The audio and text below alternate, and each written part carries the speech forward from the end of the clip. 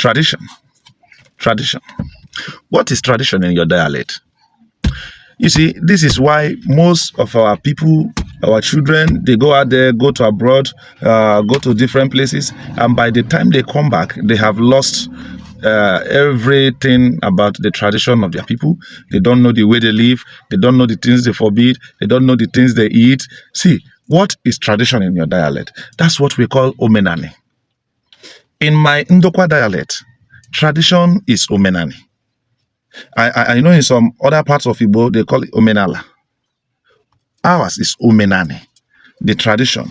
Elanyi nebi, ifeanyi neme, the way we live, what we do, what you call tradition. In Ndokwa land, we call it OMENIANI.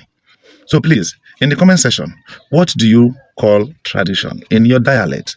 Now, this thing you are saying, many people are watching it. You can be surprised that somebody from your own community might be reading you, and from there might learn something new. So go to the comment section and tell us, what do you call tradition in your own local dialect? Don't forget to share this post so that it goes viral. Salute you.